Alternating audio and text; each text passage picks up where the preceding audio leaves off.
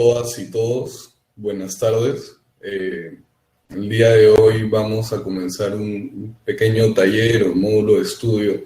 Me gustaría más llamarlo un módulo de conversaciones, puesto que más que ponencias, que si bien van a haber, lo importante va a ser el diálogo que se genere después. Ya nuestro compañero Carlos explicará un poco más la metodología y las herramientas que usaremos. Quería agradecer la presencia de todos, de la inscripción de todas y todos, y esperamos, creo, que este sea un espacio útil no solamente para nosotros, sino para ustedes sobre todo, y que en general, en conjunto, podamos conocernos y conversar y conocer más cosas. Nada más, ya le doy la palabra a Carlos para que explique un poco el módulo y la propuesta y la agrupación. Bienvenidos todas y todos. Somos el CIE por Círculo Interdisciplinario de Estudios Tópicos. Este acá es el conversatorio Nuevos Retos de la Filosofía y las Ciencias Contemporáneas. Y justamente queremos compartir con ustedes un poco de nuestra visión y nuestro manifiesto. Somos una organización de estudiantes centrada en el desarrollo de espacios dialógicos, interdisciplinarios y también think tank filosóficos, desde el cual deseamos contribuir a la formación interdisciplinaria. Queremos pensar en enfoques y métodos para poder establecer exactamente conversatorios interdisciplinarios. Queremos pensar preguntas diferentes, realizar críticas contundentes y contribuir a la apertura de un nuevo horizonte en cuanto a nuestras prácticas académicas. Consideramos es real la pérdida del ser en cuanto al regionalismo, que mantiene aún divididas las ciencias humanas y las naturales, como también las artes y la ciencia. No buscamos fundamentos ni teorías generales, buscamos el reconocimiento de las posibilidades y la experimentación de sus límites. Esta no es una propuesta nueva, pero consideramos es siempre una propuesta necesaria. En los módulos, cada uno de los 5 módulos va a constar de una introducción de 5 minutos, una contextualización de 10 a 15 minutos, una exposición profesional de 20 minutos, un debate que va a constar de hora y 20, y ese es el centro de nuestro conversatorio, el debate. Van a haber preguntas abiertas para que todos ustedes puedan responder, tanto por el chat como con voz, y también problemas que no vamos a necesariamente resolver, sino vamos a empezar a analizar desde diferentes enfoques. Justamente nuestros propios enfoques, no los nuestros, sino también los suyos, en especial los suyos. Materiales. Los materiales que estamos brindando ahorita es el aula Google Classroom, la cual vamos a usar solamente el tablón de anuncios para exponer links, materiales, justamente PDFs, videos, carpetas colectivas de Drive. También queremos que ustedes creen foros en los cuales ustedes puedan plantear preguntas, traer ejemplos, y a partir de ahí todos podemos participar, tanto nosotros como ustedes, y eso de manera offline en el tablón del Google Classroom. Si podemos dejar un souvenir, queremos que sea justamente este link de Google Classroom, porque acá vamos a poner varias carpetas de Drive en las cuales van a haber muchísimos textos y también muchísimo contenido audiovisual. Juntos, llenar este espacio pues, de libros, artículos, videos, conferencias, entrevistas, links, investigaciones, noticias, cualquier cosa que pueda resultar de interés y utilidad para todos nosotros. ¿Qué le pedimos, ¿no?, a ustedes, a nuestra audiencia? Es brainstorming, de cierta manera que se comuniquen lo más posible con nosotros por el chat o por cualquier medio, en que respondan a veces con voz a las preguntas, no solamente por el chat, sino también quieren hacer participación más larga, lo hagan sin ningún miedo, ¿no? Construir y construir, planteen problemas y de ahí contradíganlos, no hay problema, todo aporte es válido, lo que piensan es importante, y por favor no limiten a dar su opinión. Quiero que colaboren como quieran y cuando quieran, y los invitamos a jugar, conversar y compartir con nosotros, tanto online en estos momentos y offline a través del tablón de Classroom. El primer módulo es el panorama, el día de hoy, el cual va a ser expuesto por mí, Carlos Romero, y por Julio Laechea. El segundo módulo es el lunes 21, Tecnología, Ingeniería y Ética. También voy a estar ahí, y también va a estar el profesor César Inca Mendoza, profesor de la Universidad Antonio Ruiz de Montaña. Y de ahí tenemos modelos algorítmicos y economía cognitiva el jueves 24, el cual va a estar Martín Carrasco y Diego Orruñiguer. Él va a explicar algoritmos simples y también se va a explicar el Big O y, de cierta manera, el Centro de Economía Cognitiva. La imagen de la comunicación digital va a ser el lunes 28 a cargo de Víctor Casalo, profesor también de nuestra universidad, de Montoya. Y el último tema es la cognición y los límites de la subjetividad viva, el cual va a ser el jueves 1 a cargo del profesor Antonio Pérez y también va a estar presente Julio Leche. Entonces, esto ha sido por ahora la introducción a nuestro seminario. Si hay preguntas, si hay dudas, por favor, me gustaría las preguntas. Carlos, creo que si te puedes pegar más tu micro, para la próxima se escuchó, pero a veces se escuchaba un poco entrecortado. Discúlpame. Muy bien.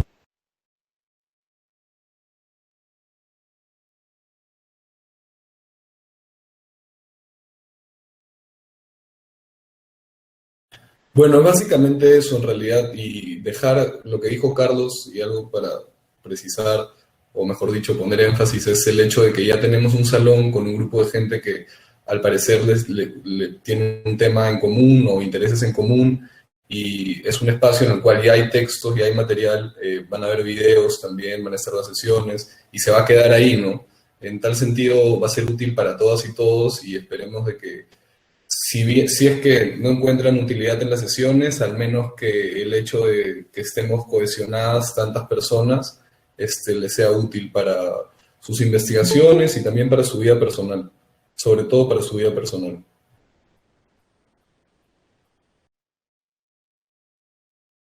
Entonces, perfecto. Voy a continuar con la exposición del módulo 1, Panoramas de las Ciencias Contemporáneas. Voy a hacer una pequeña revisión de no todas las posturas, pero de cierta manera las más influenciales. Entonces, iniciaremos con el empirismo lógico o neopositivismo. Esta es tal vez la tentativa más radical de construcción de la metafísica. Es también el esfuerzo más radical por sostener que la tesis de la racionalidad humana coincide con la racionalidad científica.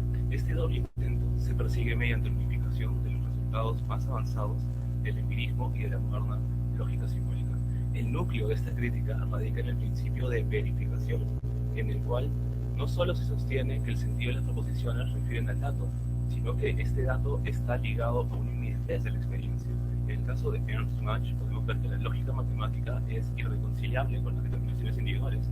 Ciertamente la lógica matemática parte de una serie de premisas lógicas que no refieren al mundo real. En cambio, hay otras ciencias que sí hablan directamente con el mundo real. Y en este caso, Russell considera que la ciencia, en cuanto a concepción para las personas, se presenta como una metafísica, una forma de entender cómo es el mundo, cómo funciona. Y justamente los experimentos, en cuanto al debate, presentan nuevos elementos, nos permiten modificar esto. Y hay un distanciamiento entre aquello que se experimenta en el dato, el experimento, y aquello que podemos hablar sobre ese dato y sobre todo las conjeturas que tengamos de esto.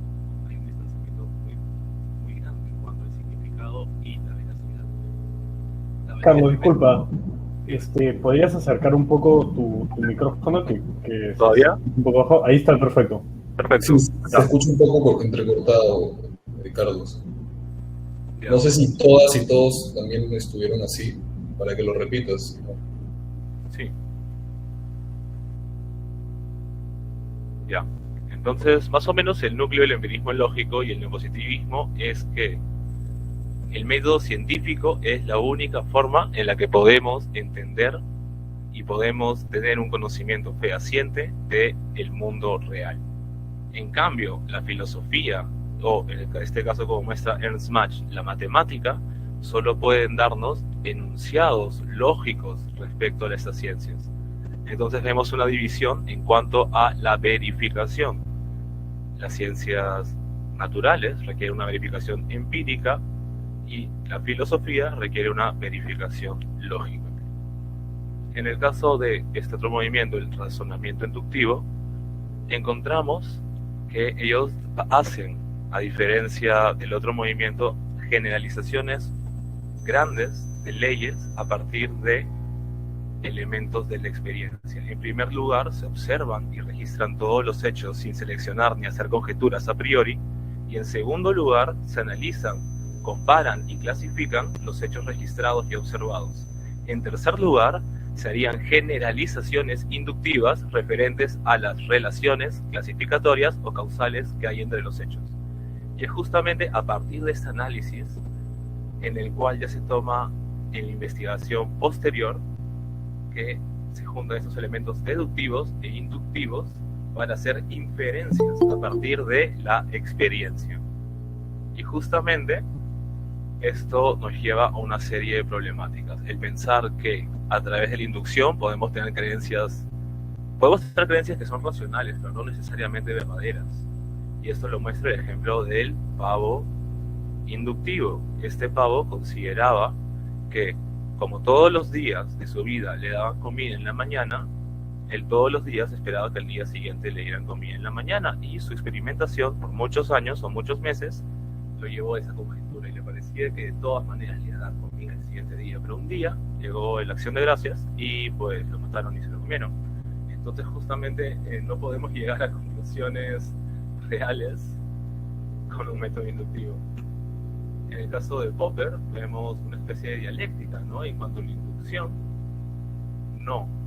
Para él no existe tal cosa, ni aprendizaje por inducción, o repetición, o alguna forma de instrucción. Para él, todas las discusiones científicas comienzan con un problema, para el cual ofrecemos una teoría tentativa. Luego, esta es criticada, y un esfuerzo por eliminar el error, de cierta manera, para mejorar la teoría tentativa. Como en el caso de la dialéctica, esto nos lleva a una renovación en cuanto a nuestras prácticas. Y como podemos ver, el proceso de falsación o contraejemplo será lo que lleve a un mayor nivel de veracidad, ¿no? Las teorías creativas se mantienen verdaderas mientras no sean refutadas, pero ahí tenemos a los dos seguidores, Lakatos y Feyerabend. Entonces, en el caso de Lakatos, él será más fiel a la falsificación como un método de verificación, como un método de hacer las teorías y los métodos mucho más eficaces, mientras que Feyerabend considerará que este método no es del todo eficaz y que lo que debemos hacer es considerar a la ciencia como una pura dinámica de la falsación, lo que significa que es una especie de anarquismo. No va a existir una teoría verdadera en ningún sentido, solamente vamos a hacer crítica tras crítica tras crítica, como un proceso hermenéutico infinito. En el caso de Kuhn, sostiene que toda actividad científica se desarrolla bajo un paradigma, entendido este como el conjunto de ilustraciones recurrentes y casi normales de diversas teorías, en sus aplicaciones conceptuales, instrumentales y de observación. El autor rechaza el perfeccionamiento, porque considera que todos los paradigmas tendrán anomalías, entendidas como el conjunto de problemas que se resisten a ser solucionados. Pero él considera que estos fracasos concretos y particulares, considera que estos fracasos concretos no son necesariamente fracasos que deben hacer que cambiemos de paradigma. Entonces, la ciencia normal se va a encontrar fenómenos, va a cambiar un poco su sistema para ampliarse y poder asimilar estos fenómenos, y solo frente a fenómenos excepcionales, frente a una verdadera crisis, la ciencia requiere un cambio, y este cambio se da en la ciencia extraordinaria. Esa ciencia extraordinaria después convierte estos fenómenos extraños en fenómenos normales, y así regresa al mismo proceso. En el caso de Dilthey tenemos la división en cuanto a las ciencias que se encargan de la comprensión y aquellas que se encargan de la explicación. Aquellas que se encargan de la comprensión se refieren a objetos que no podemos combinar, en cuanto a que no podemos combinar en sí la naturaleza humana, ¿no? El lenguaje, la sociología, la historia, y de ahí tenemos las ciencias de la explicación Erklärung, ¿no? Justamente estas ciencias son las ciencias naturales, inorgánicas, las cuales buscamos de cierta manera dominar. Y de ahí tenemos el cambio de paradigma en todo sentido, lo que se llama el giro ontológico. Con Heidegger, pero Heidegger lo veremos como el siguiente módulo, y acá menciono el olvido del ser en las ciencias y la ciencia y el mundo. Esto significa que la ciencia y las prácticas científicas solamente se encargan de un objeto parcial del mundo. En cuanto a la física, solo ve el mundo de la física, y la biología solamente ve el mundo biológico, pero ninguna se encarga del ser, porque el ser es lo que hace que el ente sea y pueda habitar en él. Y al cabo, si no nos acercamos directamente hacia el ser, no nos preocupamos por el ser, nunca seremos realmente. Carlos, un audio. ¿De nuevo? ¿Aló? Sí. Ahora, pégatelo siempre, porque me parece que cuando lo pegas se escucha mal. Perfecto. Entonces, el giro ontológico es concentrarse en el ser, sobre todo para dejar de tener una visión parcial de las ciencias. Ahí tenemos el realismo científico, metafísico, ontológico. Estos son los tres compromisos que tiene el realismo científico. En cuanto al metafísico ontológico, es que hay una división entre la mente y el cuerpo, el mundo real, el mundo existente. Entonces, justamente a partir de esto, ellos consideran y están comprometidos con una interpretación literal de las afirmaciones científicas sobre el mundo. En el lenguaje común, los realistas toman las declaraciones teóricas al valor nominal, lo cual los lleva también a tomar las afirmaciones teóricas de las ciencias como conocimiento real del mundo. Ellos son en ningún sentido escépticos. De ahí tenemos el bayesianismo, que de cierta manera es un sistema mucho más comprensivo. Los bayesianos siguen una interpretación subjetiva de la probabilidad que representa grados de creencia de un individuo en distintas proposiciones. Es decir, que la información anterior consiste a menudo en juicios personales acerca de una situación. Sin embargo, interpretamos de manera subjetiva las probabilidades de tal manera que consideramos datos y consideramos supuestos clásicos, supuestos culturales, supuestos teóricos. Entonces, en cuanto las cosas empiezan a ser más verdaderas, como yo puedo suponer que mi motor se dañó porque calenté mucho el carro o no lo prendí durante mucho tiempo, ciertamente todo ese tipo de creencias fundamentadas se presentan en grados de creencia en cuanto a la experiencia y teoría. En el caso de movimientos más recientes, como el estudio de las ciencias o Science Studies, es una mezcla que ha llegado a incluir no solo la historia, sino la sociología, la filosofía, también la antropología cultural de clásicos, economía, y algunas partes de la teoría literaria, teoría feminista y campos más marginados como la semiótica, estudios culturales y teoría crítica. El objeto es aprovechar prácticamente cualquier campo que pueda contribuir a nuestra comprensión de cómo se desarrolla la ciencia, cómo funciona y qué papel tiene. Recientemente el estudio de la tecnología, a diferencia de la ciencia, ha sido lo que se ha convertido en el objeto para estos estudios. Ciertamente porque la tecnología tiene más que ver con cómo la ciencia y la producción científica se relaciona con nuestra vida cotidiana y cómo modifica nuestra experiencia en el mundo y el mundo en el cual experimentamos. De ahí tenemos la postura postmodernista. Los postmodernistas en verdad no son tan modernos ni recientes, ¿no? Tienen más de 50 años, y el postmodernismo es una familia de ideas y proyectos que va desde la arquitectura hasta el arte, la historia, la filosofía y el lenguaje, y temas que aquí no son relevantes porque tienen que ver con la representación y el significado. Lo importante es que para los postmodernos, los simbolismos, ha habido tal giro en cuanto a interpretación de las ciencias que ya no consideramos que una palabra o que los simbolismos con los cuales manejamos nuestra vida realmente refieran a una realidad material.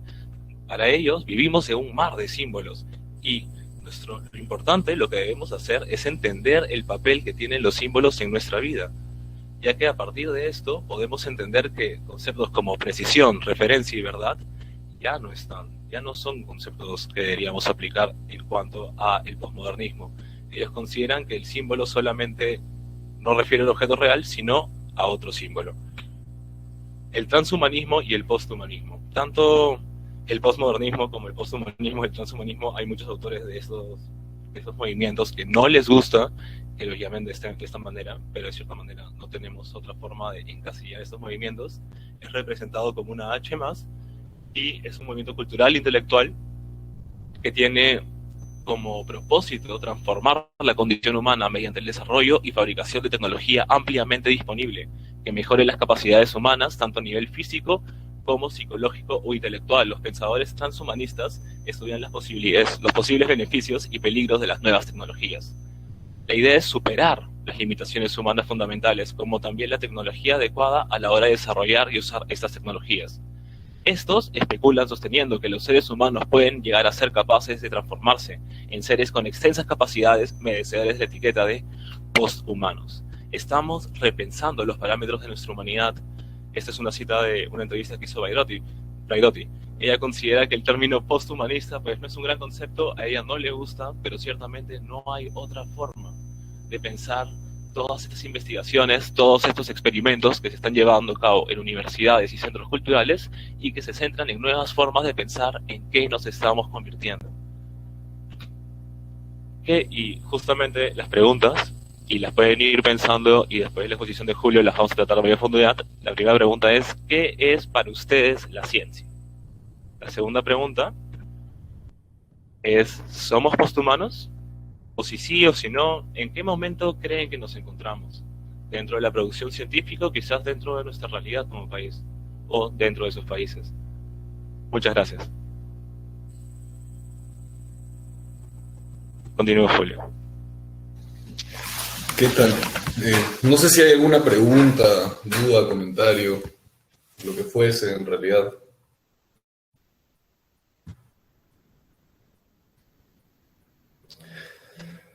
Bueno, creo que Carlos ha...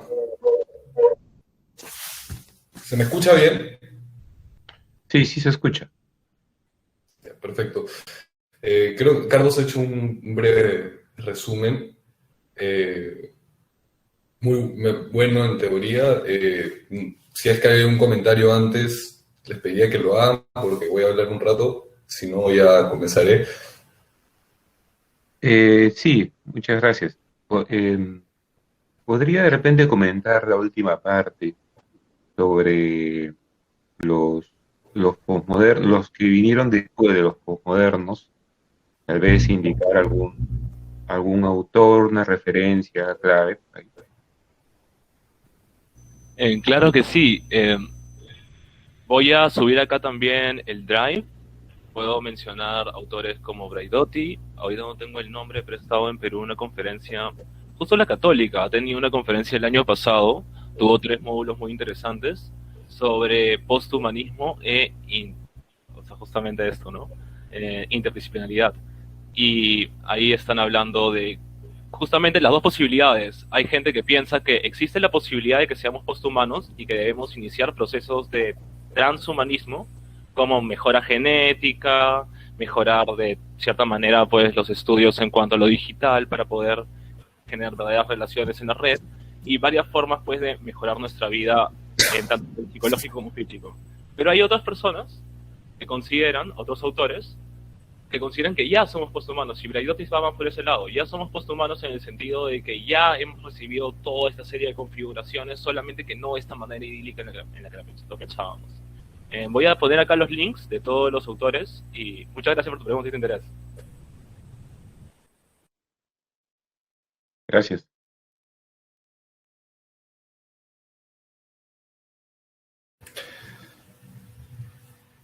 Yo tendría una pregunta, Carlos. No sé si nos puedas, tú cómo describirías o cómo, no te pido que lo definas, pero al menos qué es lo que comprendes por posthumanismo.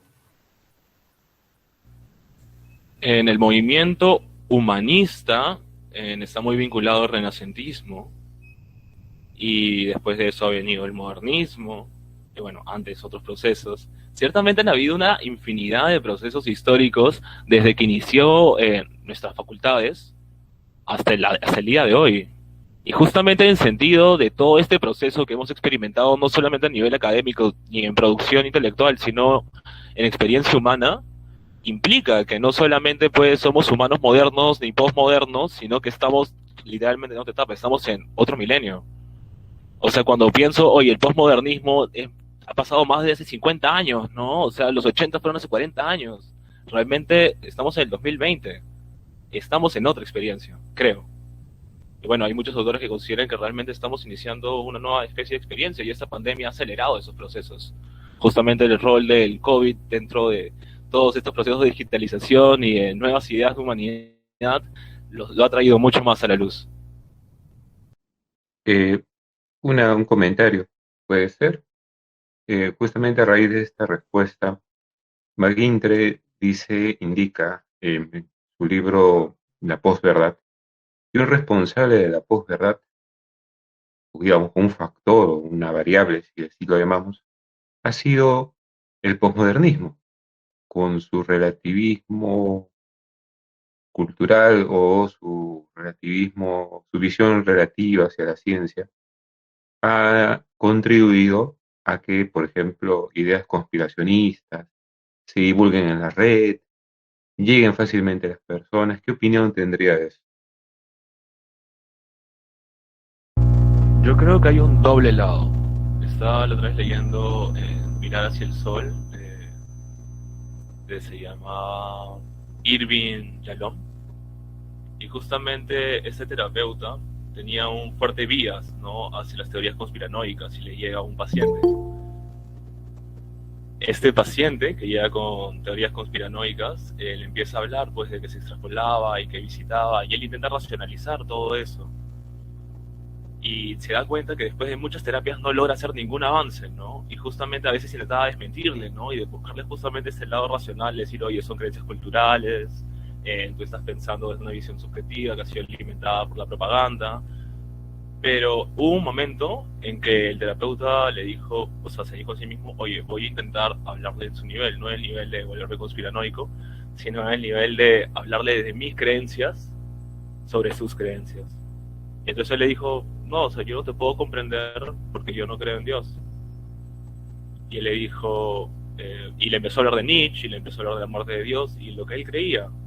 Y cuando este paciente, bueno, que también se le dice cliente, escuchó esto, él le dijo, gracias, ¿no? Justamente yo quería que respetes que esa es la forma en la que yo entiendo el mundo y que a mí me hace bien entender el mundo, y que simplemente me digas lo que tú piensas y podamos hablar en mismos términos, ¿no? Él no le estaba hablando pues de los Anunnakis, no le estaba hablando de Nietzsche, el terapeuta, mientras él estaba hablando pues de sus teorías, pero justamente la idea del reconocimiento y lo que busca el posthumanismo es que no solamente vamos a pensar que todo es relativo, vamos a pensar en qué significado tienen estos elementos en la experiencia de esta persona, de qué manera podemos ayudarla, o de qué manera esto le ayuda o se complementa a su identidad, no necesariamente que lo ayuda, porque la idea también es asimilar lo bueno y lo malo. Lo bueno y lo malo constituye el humano, y no podemos buscar una posthumanidad pues negando la naturaleza de nuestra propia existencia.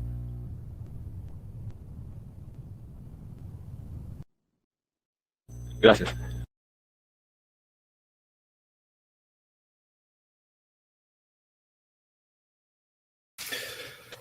Sí, bueno, ese tema de la posverdad es muy interesante y hacia la relativización que postula el posmodernismo acerca de la metodología científica, creo que un poco yo comentaré acerca de ello.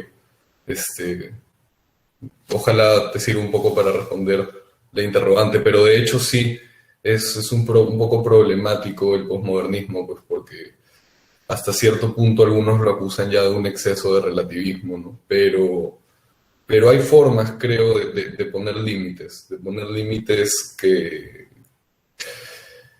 que sirvan para poder utilizar al menos la metodología científica con cierta validez. Si bien no la validez como una sola, cierta validez, con un grado de probabilidad muy amplio, muy grande, por así decirlo.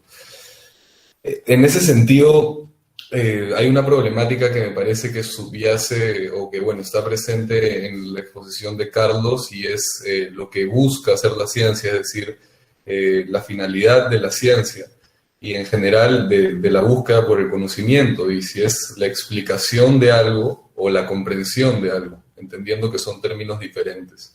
La explicación, ¿por qué? Porque la explicación responde a poder dar cuenta de una estructura de causas que expliquen por qué resulta una acción o por qué algo es de determinada forma o qué es algo, evidentemente. ¿Qué es X? Eso busca explicar, saber qué es algo. Sin embargo, la comprensión no plantea esto una metodología tan cerrada, pues no busca una razón conclusiva como finalidad, sino busca tratar de aproximarse lo más posible hacia esa cosa que quiere conocer y poder dar cuenta de cómo es que lo está conociendo. Si la pregunta por el conocimiento era ¿qué es X?, la pregunta por la comprensión es ¿cómo sé que X es?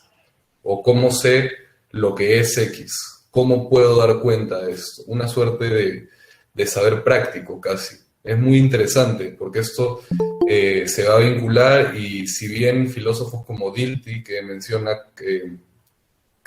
Carlos, tratan de separar estos dos conceptos como dos cosas irreconciliables, dos disciplinas, actividades que no pueden juntarse. Habrán otros intentos de entender pues que la comprensión y la explicación están dentro de una misma relación. Incluso decir que la explicación es necesaria pues para que se dé la comprensión, porque la única forma de dar cuenta de algo es explicándolo. Sin embargo, no va a ir a la explicación naturalista que propone la ciencia. Pero bueno, acerca de este debate de la explicación y la comprensión, no sé si alguien ya lo conocía o quiera decir algo mientras voy compartiendo mi pantalla.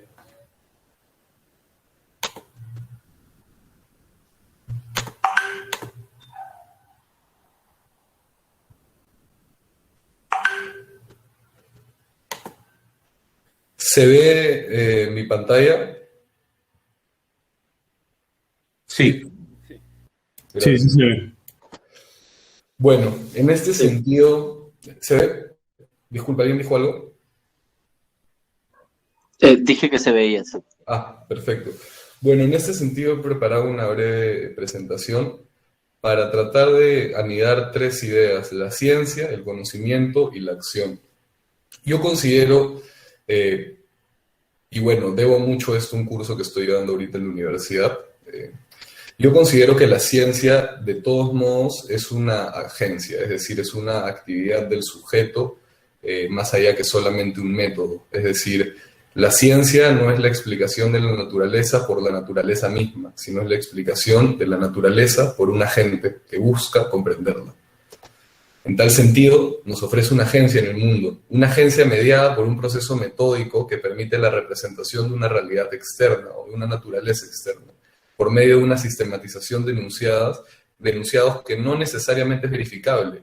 Y como mencionó Carlos, si bien no hizo referencia directa, hizo referencia a una corriente posterior, que es el neopositivismo. El positivismo, pues, nos exigió por muchos años, en el ámbito de la filosofía de la ciencia, a buscar un método científico que sea verificable, no solamente en su experimentación, es decir, en la probación, entre comillas, de sus resultados, o contrastación de sus resultados, sino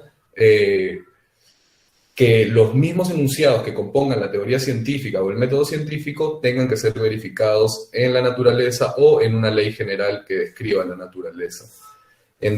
Esa concepción de ciencia vamos a ver que es limitante. ¿Por qué? Porque la ciencia nos provee una comprensión del orden natural, es decir, un conocimiento. No sabemos qué es la naturaleza, sabemos cómo se nos presenta, cómo se comporta, sabemos cómo interactúa entre ella y con nosotros, pero no podemos decir qué es la naturaleza. Es una cosa muy compleja.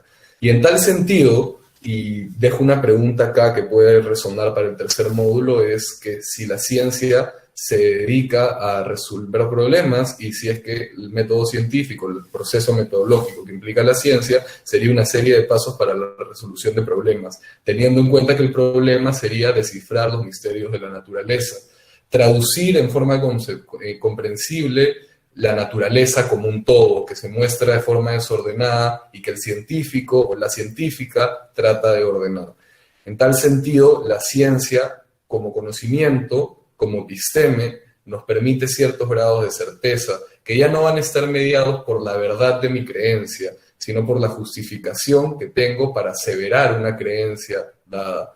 La justificación que no va a ser solamente metódica, sino también va a tener un carácter práctico. Y práctico no en el sentido de experimentación, que es lo más común, sino práctico en el sentido de herramienta, es decir, el conocimiento conceptual va a ser una herramienta usada por el científico para poder comprender la realidad por medio de ejemplificaciones que representen el mundo natural.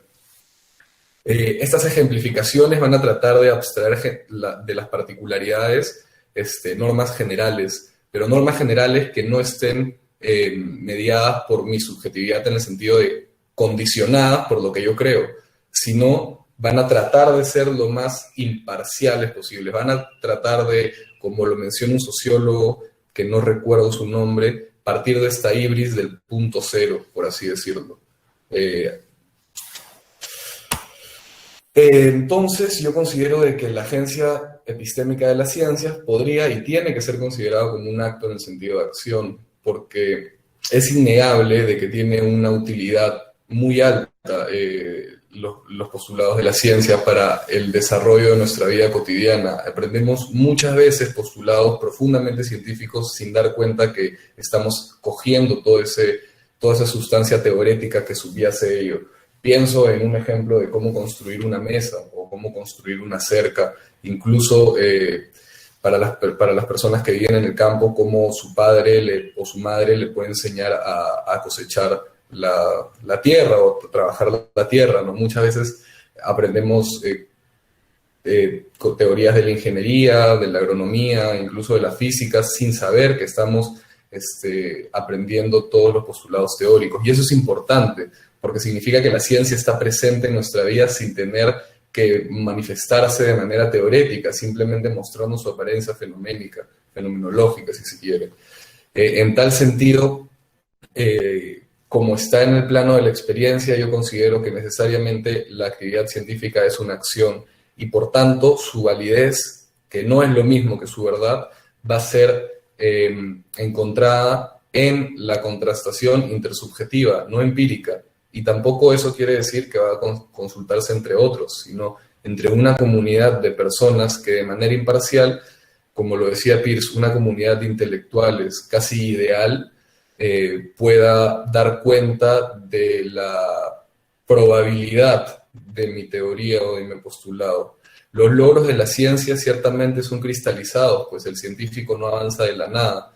Hay una acumulación cognitiva sobre la cual él versa su discurso, y por ello es importante entender de que existe un fundamento, causa y motivación en la actividad científica, y necesariamente engancha al científico que está estudiando la naturaleza con la sociedad, no solo por la validación, sino por las consecuencias que ese descubrimiento va a tener en la sociedad.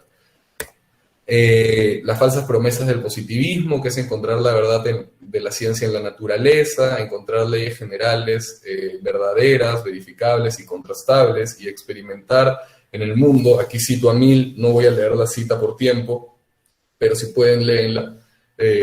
Lo que menciono un poco es que nosotros podemos testificar a partir de medio de la experiencia, no solo por cómo se exhibe, sino por cómo creemos que se exhibe, pero a partir de este modo podemos crear generalizaciones e ir corrigiéndolas según cómo se muestre la experiencia misma, tanto fenoménica como experiencia de vida.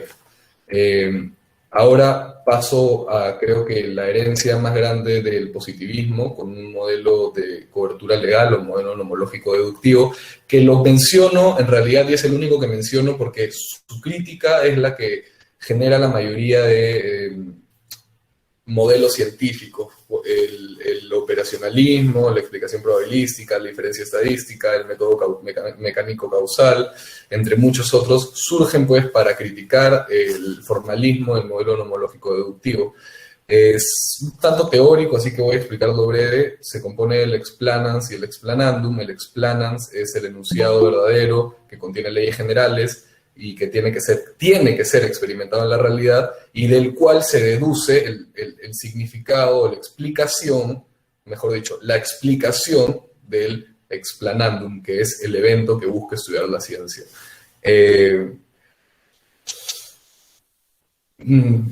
Después, si es que necesitan un ejemplo, podría ponerlo para terminar con la exposición. Ahora, entender la ciencia como un proceso significa entender a la ciencia como una forma de racionalidad. Como diría Peirce, una de las racionalidades que me sirve para llegar a criterios mayoritariamente válidos es una suerte de racionalizar la experiencia, no solo a través de lo observable, sino a través de todo lo que conforma la experiencia humana. En este sentido, no vamos a entender la ciencia de manera tan formal. Ahora, yo pongo acá escrutinio de la imagen manifiesta. La imagen manifiesta es la cosa que se muestra primero, aquello que inmediatamente aparece cuando somos arrojados en el mundo. Y justamente es la figuración del contenido natural que nos va a permitir captar la imagen de la ciencia, que es decir, la imagen que explica las causas dependientes de los objetos, de las relaciones entre los objetos y del estado de las cosas. Ahora, para que se dé esto vamos a tener que construir un sistema de reglas que no necesariamente es un sistema de reglas teoréticas. Hay un artículo de Husserl recientemente traducido al español, mejor dicho, que prueba de que la geometría no necesariamente se hizo a través de la formalización de los postulados de Euclides, sino que existen actividades empíricas en las cuales se manifiesta un incipiente conocimiento geométrico que luego se llega a formalizar, pero que en un primer momento es un enunciado práctico que termina asociando un juego del cual después, mientras se van verificando y complejizando sus reglas, surge pues el razonamiento geométrico. Ahora, en tal sentido, tenemos el conocimiento como un instrumento. ¿Y por qué como un instrumento? Porque va a ser útil para nuestra vida cotidiana, no solamente para la vida diaria. Por ejemplo, imaginémonos el caso de un incendio. Si es que hay un incendio ahorita, y yo no sé nada de química, imaginemos, voy al pasadizo de mi piso, agarro un extintor que contiene ciertas sustancias que yo sé que cuando actúan con el fuego hacen que se apague. Sin embargo, yo sé que puedo tomar ese extintor e ir a apagar el fuego con certeza y seguro de que de repente no me va a pasar nada y muy probablemente solucione el problema, solucione el fuego. Sin embargo, yo no sé cómo se están comportando los compuestos químicos que están dentro del extintor con el fuego en su reacción, y en ese sentido yo no sé a ciencia cierta qué es lo que estoy haciendo, pero como confío en la ciencia y tengo ciertos criterios para poder decir que tomar el extintor va a hacer que se apague el incendio porque está expuesto en un diagrama, hay alguna justificación ahí en el mismo empaque del extintor y X cosas, yo puedo llegar a esa decisión. Básicamente, ¿por qué? Porque participamos en un juego, en un conjunto de reglas pragmáticas antes que teoréticas que nos permiten entrar en la lógica del juego de la ciencia en este caso. También creo de que si bien pocos podemos explicar el movimiento de las partículas subatómicas, incluso su misma composición, y los mismos científicos cuánticos, físicos cuánticos, no pueden observarlas y tienen que tener un colisionador de partículas para poder observarlas, que es estar en un estado ideal de cosas, todos pues podemos saber que existen, ¿entienden? Y dar cuenta de que a partir de ellas se estructura nuestro enfoque macroscópico, por así decirlo. En tal sentido, el conocimiento conceptual nos va a servir para ejemplificar la realidad y en este sentido nos va a servir para poder construir un medio que nos sirva para interpretar aquello que vemos o aquello en donde actuamos. De todos modos, la ciencia, como cualquier técnica, va a mejorar o va a progresar según la implementación en los conceptos, es decir, en la práctica, en el saber cómo hacerlo y en los avances tecnológicos, pues, porque yo me imagino imposible poder dar cuenta de las partículas subatómicas con la tecnología que tenía Dalton en el siglo XIX, cuando postuló que el átomo era una unidad cerrada, sólida y mínima, en la que era inamovible incluso, era casi algo que ahorita parecería un disparate decir. Ahora está el pragmatismo, la ciencia como un método de organizar este mundo, este conjunto de símbolos que Peirce lo denomina como phaneron, es decir, un conjunto de símbolos indeterminado que el científico va ordenando a través del reconocimiento de sus variables y composiciones, y por medio de un conjunto de enunciados que demuestren la realidad interna de lo aparecido, el telón de fondo conceptual de nuestras acciones, hasta cierto punto va a darse por el razonamiento científico. Piénsese en realidad hasta la actividad más técnica o menos teórica posible, tiene dentro de ella un grado de formalización que si bien no conocemos, podemos dar cuenta que está ahí. el agente epistémico, mente, pero en este caso más precisamente el científico, es decir, aquel que hace ciencia, aterriza los significados de los fenómenos a las estructuras del mundo. Ahora, acá el interpretante va a ser quien desarrolla o asocia todos estos términos en función de dar cuenta de la totalidad del Phaneron, es decir, del conjunto de símbolos y su constitución. Va a hacer un esfuerzo este agente para poder dar cuenta de ello y va a utilizar todas las herramientas cognitivas que estén a su alcance, tanto históricas, es decir, bagaje conceptual, como actividades mentales, para poder dar cuenta del cómo y por qué conocemos un determinado evento. Es interesante esta idea de herramientas cognitivas. Espero después poder conversar un poco más acerca de ello. Ahora, en este esfuerzo, muchas veces los científicos y las científicas no siempre están cerca al criterio de verdad que ha sido tan buscado, al menos en la primera mitad o en las primeras 3 décadas del siglo XX.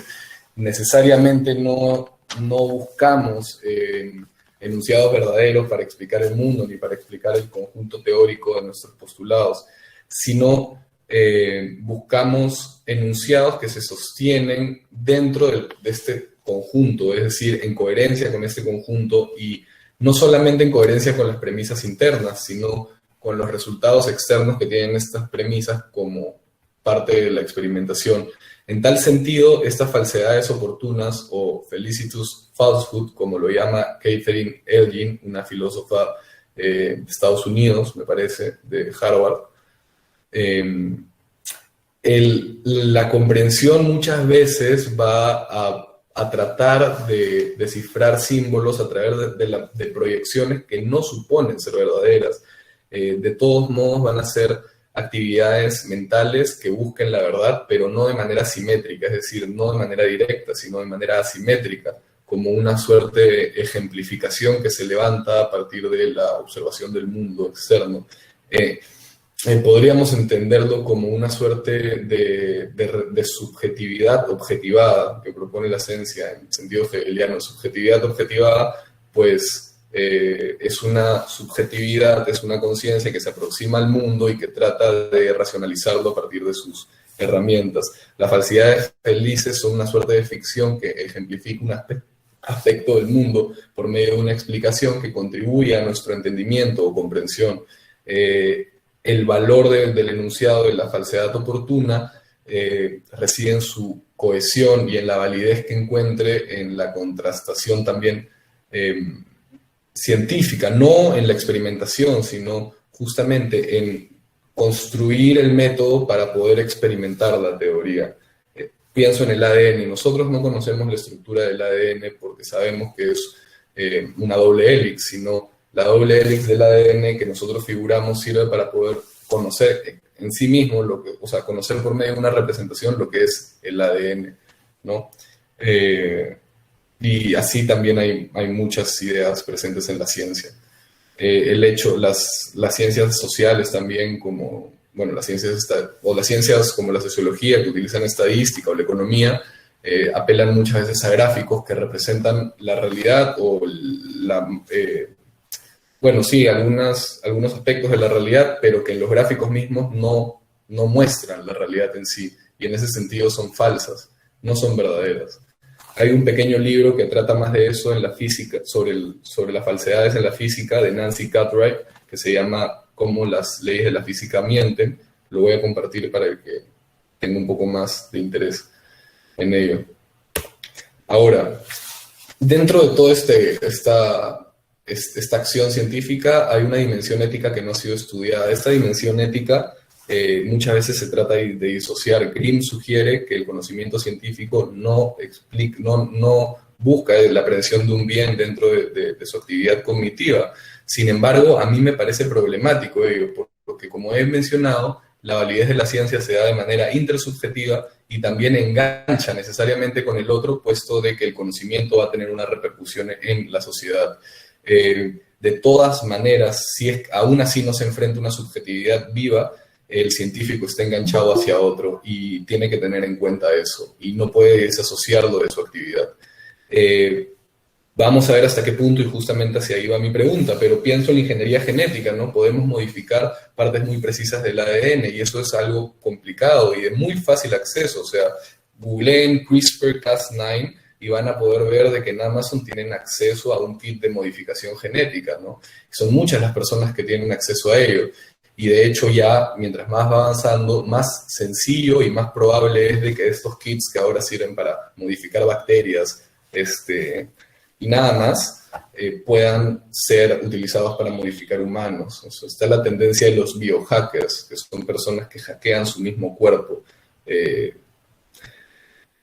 para poder, no sé, solucionar algunas cosas que su humanidad no les permite. Pero bueno, entonces, siguiendo eso, me quería preguntar, ¿hasta qué punto debemos considerar la reflexión ética en torno a los nuevos descubrimientos y sus posibles utilidades, ¿no? O sea, CRISPR-Cas9, no sé si conozcan el caso, si es que no lo conocen lo puedo comentar un poco más. O bueno, no sé si alguien... Lo explico un poco.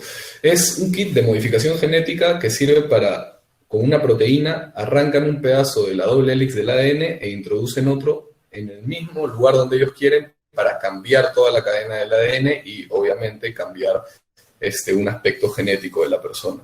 Puede utilizarse para tratar enfermedades, pero puede tratarse también para escoger el color de piel de tus hijos.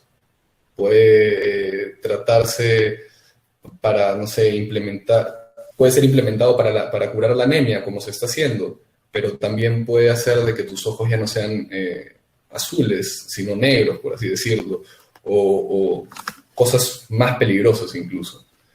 De hecho, luego de las preguntas o de los comentarios me gustaría de repente retomar el tema, pero por tanto ahora le dejo la palabra a ustedes. ¿Qué es lo que piensan? ¿Hasta qué punto creen que la ética debe influir en la acción científica o en la agencia científica? ¿Y qué es lo que piensan también acerca de este modelo de falsedades oportunas, que es una suerte de representación no verdadera, pero que es muy, muy recurrente en la ciencia, en la física cuántica, en la biología molecular, en la biología genética, incluso en prácticas técnicas, ¿no? O el saber cómo moverse dentro de una estación de tren también plantea ese modelo, pues porque nosotros estamos apelando a un mapa para poder ver dónde estamos y para poder ver las horas de la partida de los trenes. También estamos apelando a un fichero que no representa el tiempo en sí mismo, ¿entienden? Entonces, ¿qué es lo que piensan? ¿Qué es lo que piensan de ello y de esta última pregunta? Muchas gracias. Bueno, Julio, a lo que decías, quería acotar esto, digamos, tirándolo más un poco a las áreas de las ciencias más prácticas, ¿no? De lo que sería mi área, de la ciencia de la computación, donde se presentan muchos de estos casos que mencionas, ¿no? Por ejemplo, traemos el ejemplo de una cosa bastante actual, ¿no? Como son los modelos generativos de reconocimiento facial. No sé si algunos de ustedes habrán visto, por ejemplo, estos modelos de inteligencia artificial que hacen, por ejemplo, a Donald Trump hablar, ¿no? Toman una foto de Donald Trump y pueden mover su cara de manera que pareciera que él estuviera hablando, ¿no? Una imitación de sus gestos, incluso se puede modular un audio para que parezca su voz, ¿no? Entonces, incluso esto podría tener un discurso político, ¿no? Que podría ser falso, ¿no? Falsificado a gran manera. Y si vamos incluso a un caso más extremo, ¿no? Existe el caso de deepfakes. Para los que no hayan escuchado, es este modelo de inteligencia artificial lo que hace es tomar caras o fotos de personas, una base de datos de personas, y modificar sus gestos o su cuerpo. Entonces, esta clase de modelos son bastante usados, por ejemplo, en gente que decide, más allá del investigador o del desarrollador, incluso, que es el que implementa estas tecnologías, el usarlo para algunos fines, ¿no? que son negativos, ¿no? Entonces, yo puedo ser un investigador, claro, exacto. Yo puedo ser un investigador y formulo una red neuronal generativa, un modelo de red neuronal generativa, una red neuronal convolucional, que permite bastante bien identificar caras y a partir de bases de datos de información de caras de una cierta persona, o cuerpo de una cierta persona, generar acciones o gestos de esta persona que no son reales, ¿no? Entonces, por ejemplo, uno de los usos que se ha dado bastante controversial de esta tecnología es el uso de pornografía, ¿no? Entonces, se gestionan bases de datos de chicas y se gestionan bases de datos de actrices, ¿no? De pornografía, y después se unen esta base de datos y el modelo generativo permite formular a estas personas que tienen una foto cualquiera y ponerlas en la situación esta pornográfica, ¿no? De mostrar su cuerpo y de manera bastante fiable, ¿no? Como menciono el caso político. Entonces, se expande bastante a lo que pensaríamos como lo práctico, ¿no? Al mundo real. Es una situación bastante real. Incluso tal vez hay alguien que haya visto algún video que sea fake news, donde esté algún actor político hablando y realmente no haya sido este actor político, y es bastante fiable, ¿no? Entonces, sí, claro, claramente podemos ver esto, como menciona Carlos, los filtros de Instagram, ¿no? Los filtros de Instagram, cómo modifican nuestra cara de cierta manera, y eso escala mucho, mucho mayor, ¿no?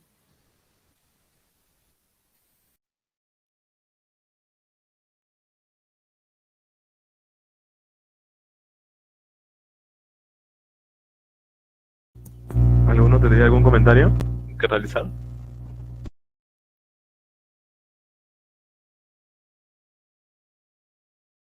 Crítica de repente. O tal vez alguna experiencia similar que hayan tenido o alguna situación parecida.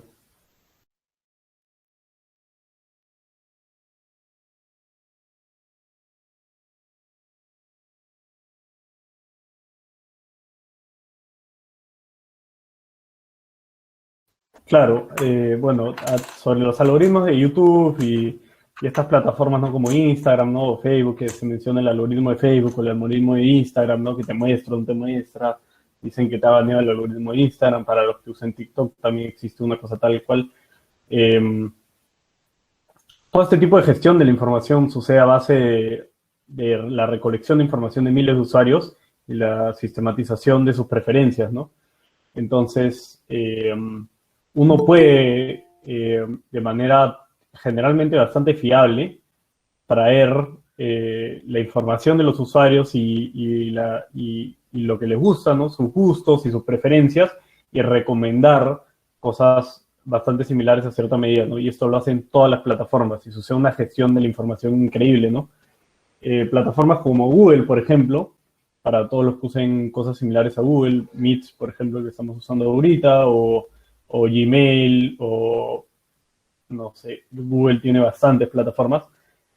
Toda esta información está gestionada por Google y nosotros cedemos los derechos a Google, de hecho, cuando tomamos acceso a estas plataformas. Claro, exacto. Es el mismo hecho, ¿no? Toda esta información son bancos de datos enormes, como gestionados por grandes, digamos, grandes jugadores de la tecnología, ¿no? Google, su negocio básicamente es la información, ¿no? Entonces, básicamente la inteligencia artificial, lo que se consigue como inteligencia artificial, que muchas veces se podría pensar que es un robot bastante humanoide, no es mucho eso, sino es la identificación de patrones dentro de la información. Entonces, cuando uno tiene acceso a grandes masas de información, puede aplicar estos modelos de inteligencia artificial, de machine learning, de redes neuronales convolucionales para gestionar este tipo de cosas, ¿no? Donde uno parece que menciona en la conversación con unos amigos que le gustaría comprar unos zapatos Nike y aparentemente de la nada sucede que en Facebook te empiezan a salir anuncios de zapatos Nike, ¿no?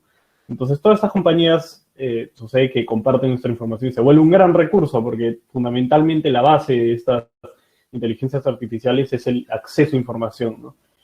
Y eso permite hacer toda esta clase de gestiones que muchas veces es debatible, ¿no? Lo ético, claro, exacto, lo ético de este recurso. Y también más que lo ético de este recurso, ¿dónde recae la responsabilidad, no? Como mencionaba, aquí existe, por ejemplo, el investigador, ¿no? Aquel que produce un paper, una investigación científica del uso de algún modelo de inteligencia artificial, algún modelo estadístico para la identificación de patrones, y después existe el uso de aquel que lo aplica, ¿no? Remitiéndonos otra vez a este ejemplo que mencionaba de la pornografía, hay una persona que produce esta investigación, un modelo de redes convolucionales, y después hay un desarrollador que lee este paper, esta investigación científica, y decide implementar el producto, ¿no? Y después está el consumidor de este producto, ¿no? Entonces, hablando, digamos, más concretamente a esto de que escuchan, digamos, ¿no? Se podría considerar como que lo que escuchan, lo que vemos, está eso involucrado en todas las áreas, ¿no? Entonces, por ejemplo, Google no solo es un cliente ni un desarrollador, sino también es un productor, ¿no? Google tiene una serie de áreas de investigación respecto a la inteligencia artificial y la identificación de patrones, así como Facebook.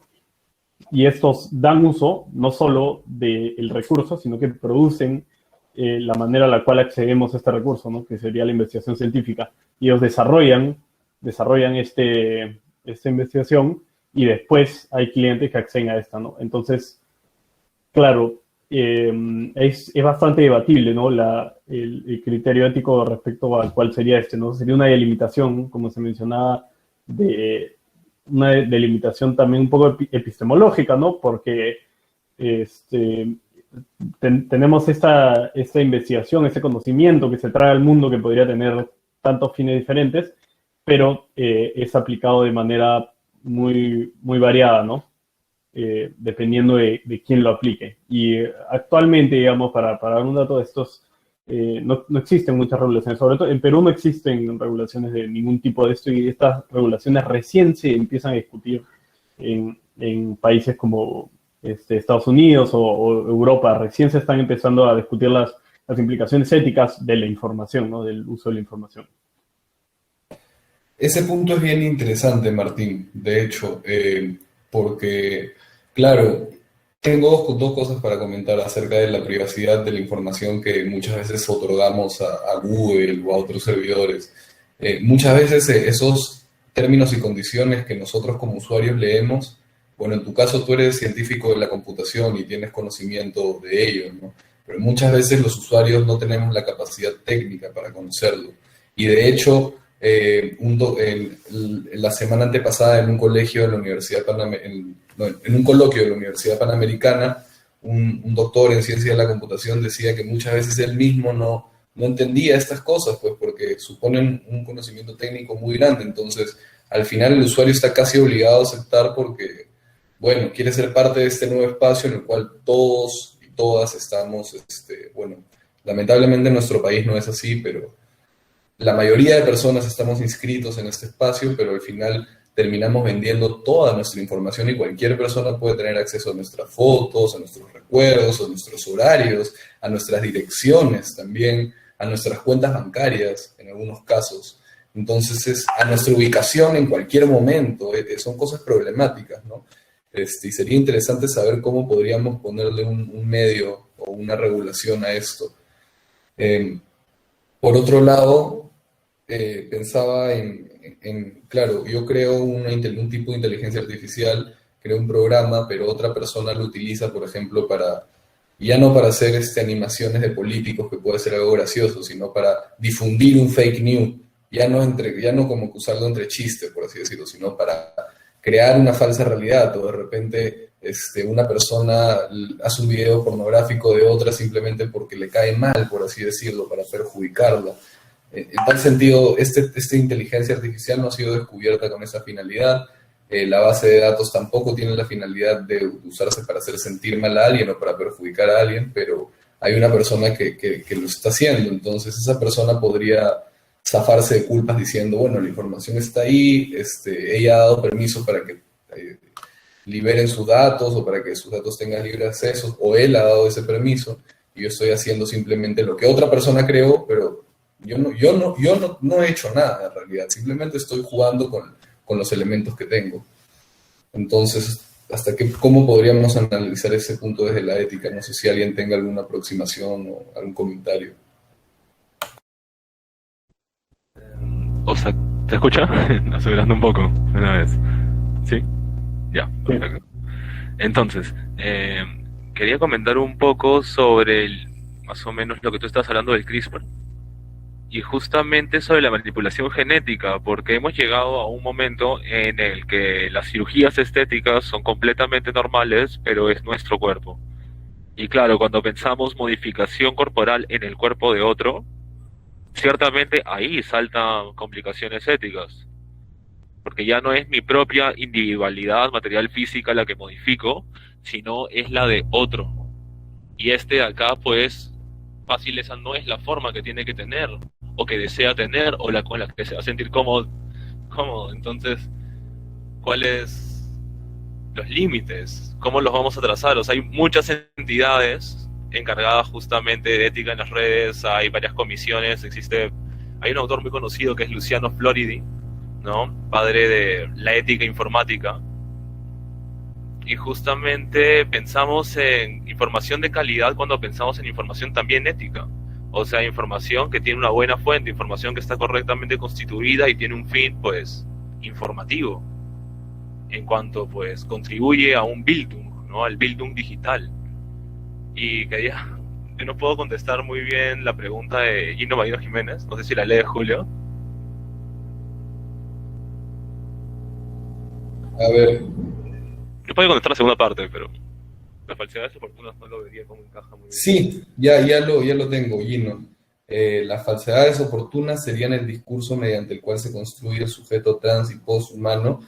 En realidad, las falsedades oportunas, como los trata Elgin en su pequeño artículo que después se vuelve un libro que se llama Suficientemente verdadero, True Enough, en inglés. Ahí lo escribo.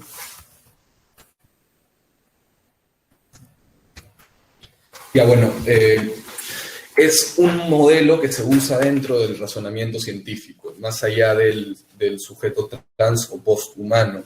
Creo de que es una forma en la cual el científico, no solamente el científico, sino el agente epistémico, es decir, tú, yo, cualquiera que esté viviendo en realidad, las utiliza para poder lograr sus fines. Peirce habla de la investigación científica como la mera racionalidad, es decir, nuestra vida es una constante investigación o está en constante búsqueda por el conocimiento, por así decirlo. Y en tal sentido, para poder llegar a los fines de la investigación de nuestra vida, nosotros, por medio de nuestro esfuerzo cognitivo, creamos herramientas conceptuales que nos permitan sujetar mejor el hecho.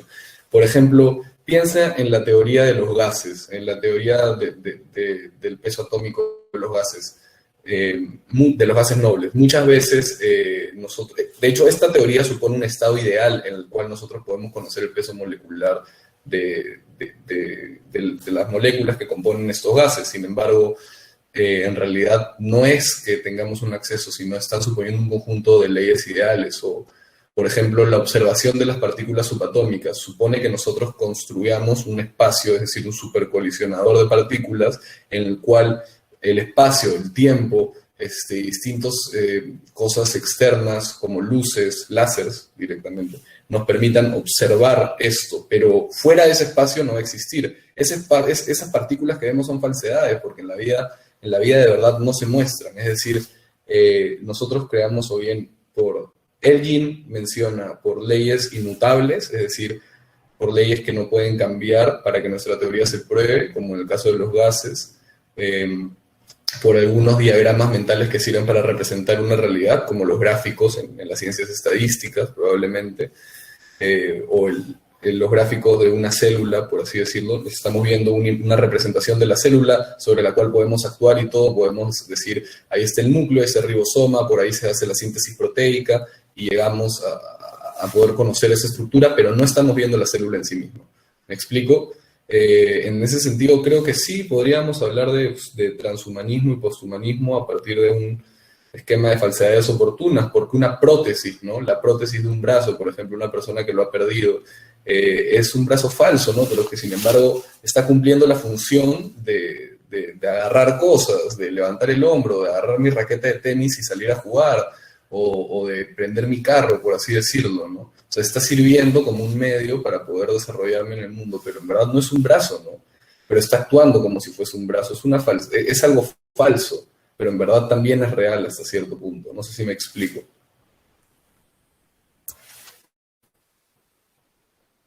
Y ahí reside el valor, la relación asimétrica con la verdad, porque no es que diga, ya, esto es igual a un brazo, por eso es un verdadero brazo, porque tiene la misma función, sino es una representación del brazo que puede, eh, no sé, utilizarse para cumplir las mismas funciones y para poder cumplir sus fines. Pero como repito, Elgin no lo piensa en función del post ni transhumanismo, sino para la explicación científica. Pero de todos modos, muy interesante la pregunta. Espero poder haber dado algo de explicación.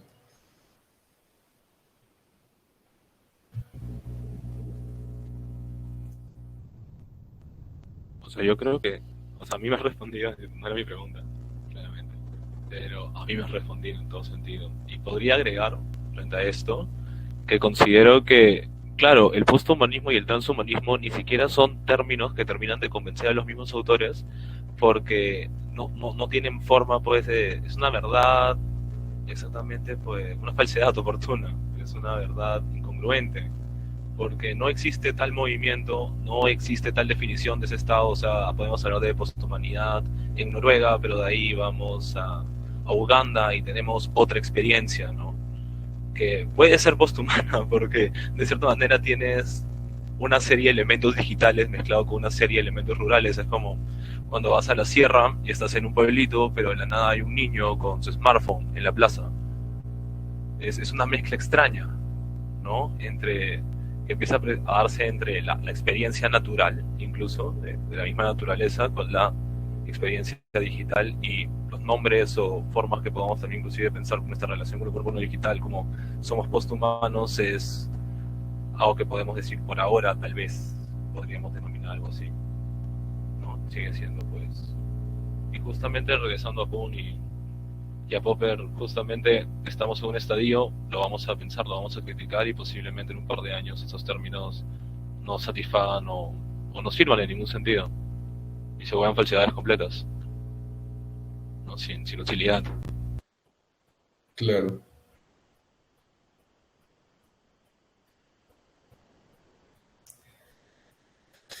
Ahora, no sé qué piensan de esto que dije, que puede ser hasta problemático o limitante, que es que el científico tenga en consideración la dimensión ética para poder realizar su actividad. Pues, o sea, si es que no ha quedado claro, yo lo pienso en de que siempre el científico es consciente de que aquello que va a descubrir va a modificar la sociedad en la cual él vive o en la cual ella vive. Y en ese sentido, por ejemplo, los descubrimientos de la ingeniería genética, en el caso de CRISPR-Cas9, que es lo más reciente, que va del 2010 hasta el 2020, desde el primer momento, me parece, o bueno, de repente unos años luego, se escribe un manual en paralelo que se llama no recuerdo el nombre. Bueno, luego pongo el nombre, pero es algo de modificación genética y el tratado fue publicado el 2020, siempre es actualizado. Y pone los parámetros éticos que tiene que tener el científico también cuando va a descubrir, ¿no? Descubrir por qué, por lo mismo de lo peligroso que puede ser tener ingeniería genética tan fácil alcance. En el salón publicaré un video para que vean lo sencillo que es modificar genéticamente algo. Y en ese sentido, muchas veces el científico podría limitar a publicar ese conocimiento, puesto que va a tener una repercusión negativa en la sociedad, o probablemente positiva, y no quiere que la tenga, ¿no?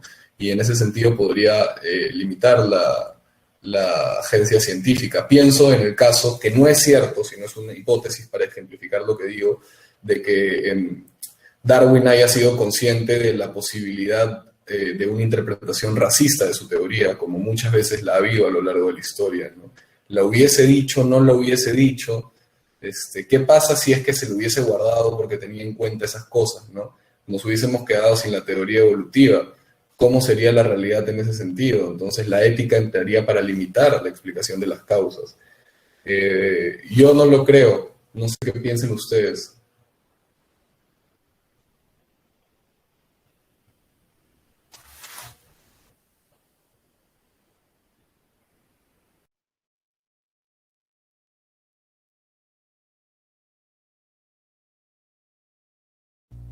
O sea, esa es la problemática que Bertrand Russell veía en la teoría de las especies y de cierta manera lo que a él le gustaba mucho de Pavlov en comparación de Darwin. El tema es que Pavlov no hacía tantas teorías generales, aunque él había encontrado una especie de fundamento a la teoría conductista, ¿no? En cuanto al condicionamiento clásico, él estaba más centrado y mucho más centrado en la experimentación, aunque su experimentación tampoco era ética, o sea, hablamos de la muerte de muchos perros, y él los mataba con cianuro, o sea, cuando el perro ya no respondía correctamente. Entonces, justamente también eso, ¿no? Hablando de lo ético, cómo el desarrollo científico y cada descubrimiento ha incluido, pues, la muerte de miles o cientos de formas de vida, o sea, incluso nuestros encuentros con energía nuclear, que tal vez hablemos un poco más adelante, porque es el ejemplo que teníamos preparado, pero realmente, o sea, la tecnología y la forma en que afecta la vida es directa, ¿no? Acá hay una pregunta. ¿Cuál es el fundamento epistemológico de la teoría posthumanista? Yo diría que está más centrado en el lado interpretativo, existencial. Yo diría que es un fundamento ontológico. Sí, es un fundamento ontológico en todo sentido, porque el posthumanismo no es un método científico, no es una forma de tecnología de ciencia, es una forma en la que consideramos que nosotros experimentamos el mundo y, como también regresando un poco a Russell, en cada época piensa de una manera diferente el mundo en base a los descubrimientos científicos. Y justamente la revaloración de ciertos aspectos interpretativos en la ciencia ha permitido que la nueva metafísica, como en sentido cultural, la nueva concepción del mundo, la forma en la que nosotros nos pensamos acá, tenga este índole posthumano. Que ya no nos pensemos vinculados a la sociedad, a la industria, sino también este concepto de digital y tecnología y interculturalidad, y una cierta serie de elementos que se han hecho muy presentes en el siglo XXI. Bueno, acá como dice Jesús, y algo que quería mencionar es un tema de interpretabilidad y uso, ¿no? Entonces, claro, la ciencia está al servicio de la humanidad, ¿no? Pero muchas veces no sabemos hasta qué punto está al servicio de la humanidad, ¿no? Puede suceder, no es un juego de cero suma, ¿no? No es que o alguien pierde o alguien gana. Entonces, muchos descubrimientos que se hacen en lo que respecta a la ciencia tienen unos usos prácticos para la sociedad mucho después de haber sido concebidos, ¿no? Por ejemplo, si pensamos en el teorema de Fermat, de los temas que escribe o las áreas, por ejemplo, de grafos, ¿no? Hay muchos temas en los cuales nosotros podemos pensar en optimización de procesos o en aplicaciones, por ejemplo, para cómo funciona el Internet, ¿no? Cómo nos interconectamos. La manera en que nos conectamos con el Internet es una aplicación directa de la ciencia, entre la cual salta nuestra conexión desde nuestra casa al proveedor de Internet y finalmente al servidor en el cual nos provee el servicio, ¿no? Y muchas veces estas aplicaciones nosotros las concebimos como que estuvieran al servicio de la humanidad, pero suceden muchos casos en los cuales, claro, existe la interpretación y después el uso que se da, ¿no? Entonces, claro, se puede usar estas tecnologías, ¿no? Para estos fines, digamos, no éticos, ¿no? Un poco más individualistas, de generar estas plataformas, ¿no? De beneficio personal o político, pero también se puede generar plataformas, por ejemplo, de identificación por poner un ejemplo, de tumores, ¿no? Entonces, en lo que se refiere a la visión computacional y esta identificación de patrones, se puede entrenar inteligencias artificiales para resolver problemas médicos que un médico, si bien está bastante entrenado, puede tener dificultad en identificar estos patrones muy convoluidos, ¿no? Entonces, está sujeto, no es muy fácil, digamos, no es fácil determinar este criterio de la usabilidad de la sociedad, ¿no? Es un criterio un poco más ambiguo, digamos, ¿no? Yo creo personalmente que la finalidad de la investigación siempre va a ser al servicio de la humanidad y del mundo, pero muchas veces podría parecer que esta clase de descubrimientos tengan un fin nocivo, ¿no? Como lo de la energía nuclear.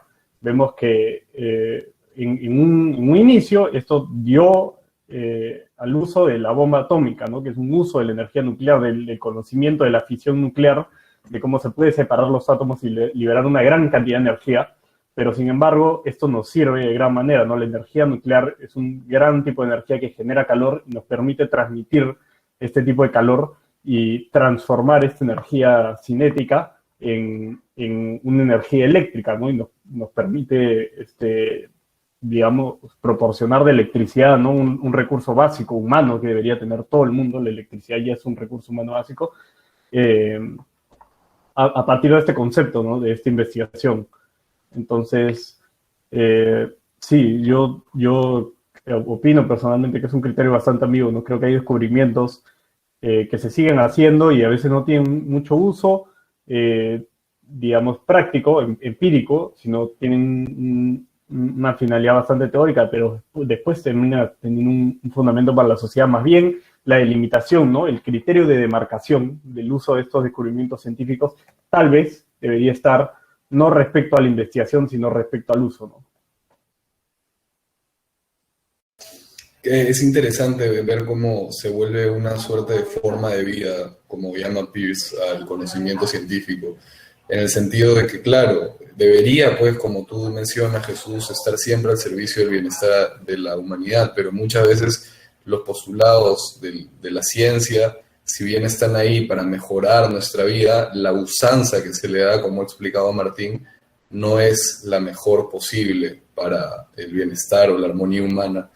Y ese es el punto en el cual, como personas que reflexionamos, todos los que estamos acá, ¿no? Que estamos reflexionando en torno a las ciencias y a la actualidad, debemos de ver, pues, ¿no? Ahora, ¿cómo podemos regular esto que parece tan difícil de ser regulado, ¿no? ¿Cómo podemos establecer un límite para algo que no puede en verdad ser condicionado? Porque tú no puedes condicionar cómo es que la gente utiliza los conceptos, así fuese de la ciencia o de lo que fuera, ¿no?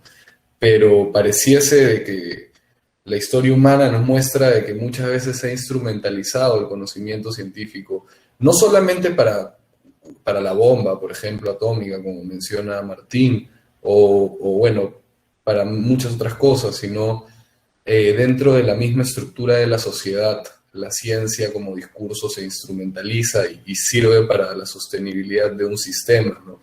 Muchas veces la ciencia nos oculta cosas. Creo que con el COVID nosotros hemos podido, la ciencia no, sino los científicos nos ocultan cosas, pues porque están instrumentalizados por otros grupos de poder, ¿no? Con el COVID es impresionante la cantidad de fake news que se han dado o la cantidad de estudios que se hacían y que se desprobaban de manera radical y en verdad extraña, ¿no? O sea, no era muy extraño la variación que tenían acerca de las interpretaciones del COVID al comienzo del COVID-19, las implicancias neurológicas también que tenían en un primer momento eran excesivamente terribles, casi tenías COVID y era muy probable de que neurológicamente tengas muchos afectos, por así decirlo, o que te veas muy perjudicado. Si bien es verdad eso, yo recuerdo un paper que no leí de la Universidad de California, si no me equivoco, que justamente era una revisión de un paper que mentía mucho acerca de las consecuencias de la COVID-19. Y en ese sentido pienso de que, sí, pues, o sea, además de la usanza, también a veces se instrumentaliza el mismo proceso científico para, no sé, en este caso, engañar a la población, no darle la información que se necesita, entre muchas otras cosas. Sobre eso creo que Adorno y Horkheimer pueden servirle a los que les interese en el sentido de instrumentalización del discurso científico y eso. El libro se llama Dialéctica de la Ilustración.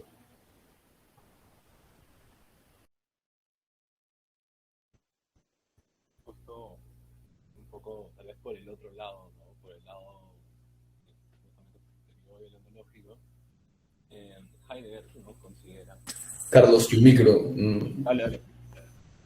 Justamente, por otro lado, por el lado ontológico, Heidegger, tanto en aportes de la filosofía del evento y Ser y Tiempo, podemos encontrar que existen grandes proyectos para el ser, existen grandes proyectos para la humanidad, y estos grandes proyectos están de acorde a nuestra función principal, que según él es nuestra autointerpretación, la autointerpretación que tenemos de nuestra existencia.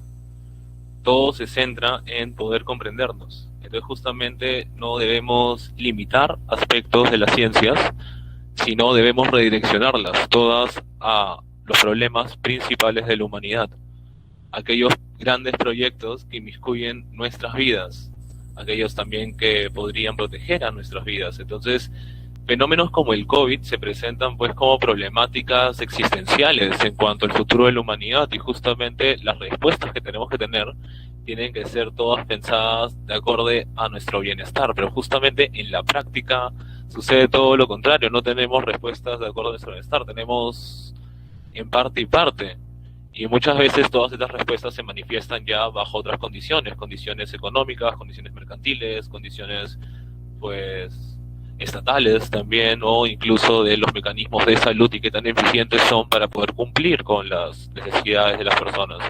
Entonces, en todas estas esferas de la experiencia del mundo en juego cuando intentamos responder pues a estas problemáticas existenciales, en las cuales siento que no debemos limitar nuestros recursos, sino redireccionarlos todos a justamente preservar nuestra integridad, preservar nuestros valores, no permitir pues que justamente las personas sean desinformadas, hayan personas que no se quieran vacunar porque tienen pensamientos negativos o conspirativos respecto a las vacunas, que no hayan grupos de poder que lanzan desinformación para favorecer sus propias visiones, y justamente todos esos elementos egoístas que no responden a los proyectos de la humanidad o a los intereses de la humanidad son los que de cierta manera no deben dejarse de lado, sino deben pues redireccionarse. O sea, al fin y al cabo estas personas, estos grupos de poder son grupos influyentes que mueven poblaciones, y sin esos grupos, sin esas personas, ciertamente pues si no, o sea, si las limitas, no van a estar de tu lado, no van a poder, o sea, van a seguir siendo pues una resistencia, y al fin y al cabo pues las resistencias no se pueden eliminar. Y justamente regresando a la dialéctica histórica de las ciencias, vamos a tener este tema de que quizás el futuro puede ser distinto al futuro ético que hoy yo estoy planteando. Puede ser un futuro simplemente distópico y funcionalista, en el que la vida humana no valga nada y lo que importa pues sea de cierta manera los logros materiales que puedes alcanzar utilizando esta vida.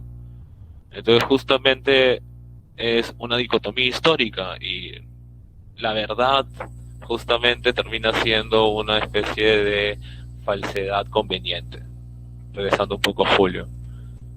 Y ahora, no sé si ustedes querrían, pero podríamos intentar responder esa pregunta de qué es la ciencia, ¿no? En su sentido de experiencia, como estudiantes, académicos.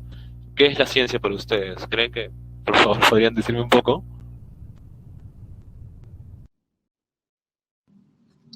¿Me escucha? Sí, fuerte y claro. ¿Qué Muchas tal? gracias. Buenas noches, Carlos. Gracias también por la presentación de todos ustedes. Eh, bueno, yo podría ensayar un poquito, solo en la experiencia que yo tengo por ciencia. Bueno, yo soy bachiller en geografía por la Universidad Nacional Mayor San Marcos, y lo que vengo entendiendo por geografía o la labor científica, entiendo yo que es un tipo de conocimiento, o el conocimiento humano, que se sirve, bueno, así lo tengo entendido, de ciertos métodos y principios para comprender la realidad o sus fenómenos que se la presentan o son observados. De ahí que le interese al investigador conocer sus causas, sus probabilidades, comportamientos y plantear una solución a ello, ¿no? Eso es, en pocas palabras, lo que tengo por conocimiento científico, perdón, como ciencia.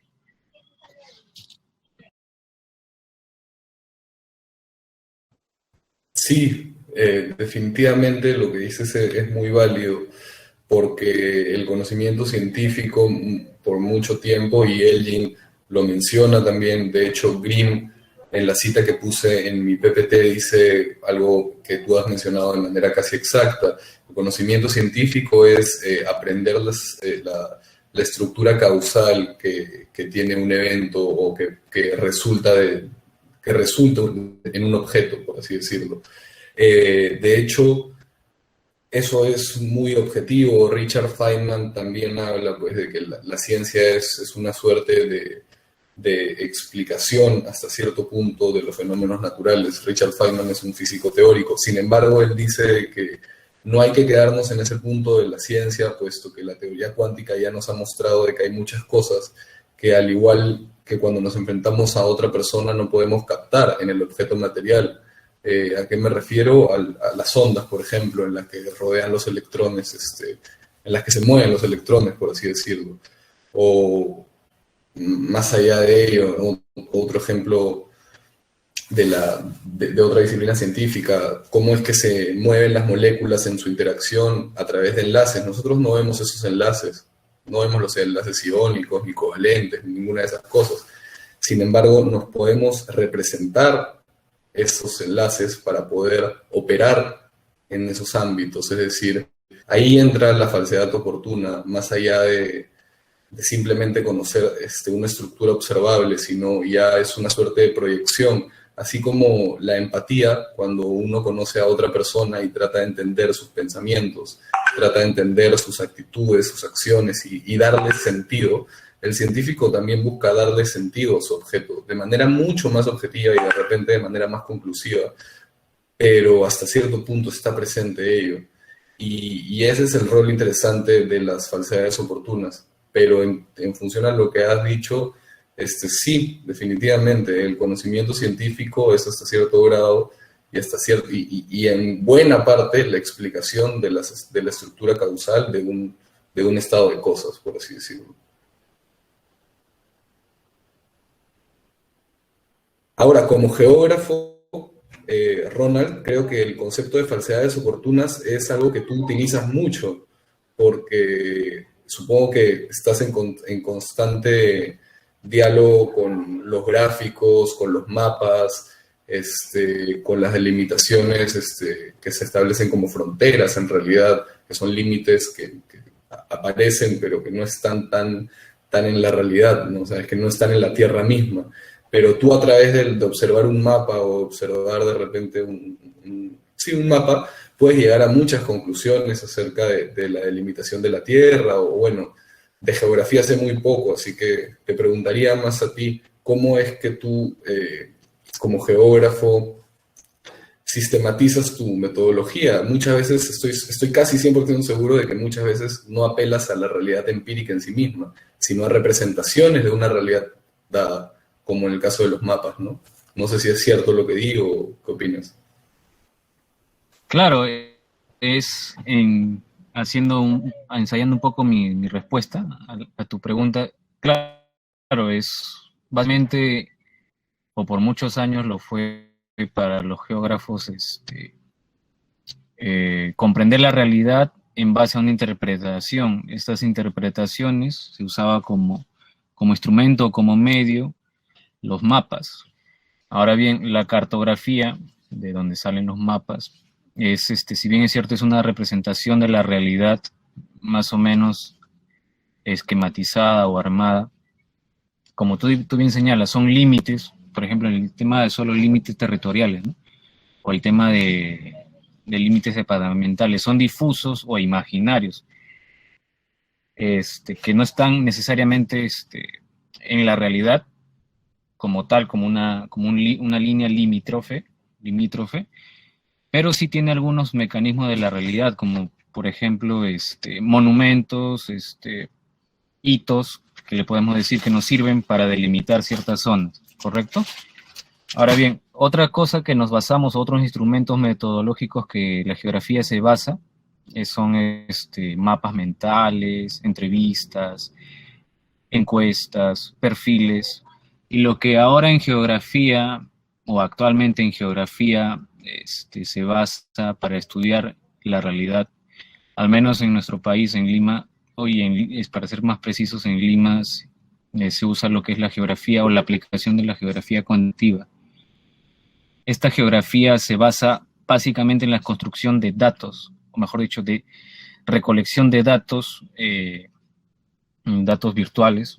Creo que hay un informático también acá que puede comprender ello, o los demás también que lo son. Estos datos se almacenan, también tienen una base de datos. Nosotros le llamamos Geodata Base o Big Data, si no me equivoco.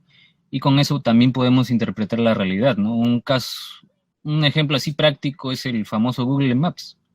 Ese básicamente es la aplicación de lo que sería el instrumento que es el GPS, el Sistema Global de Posicionamiento, ¿no?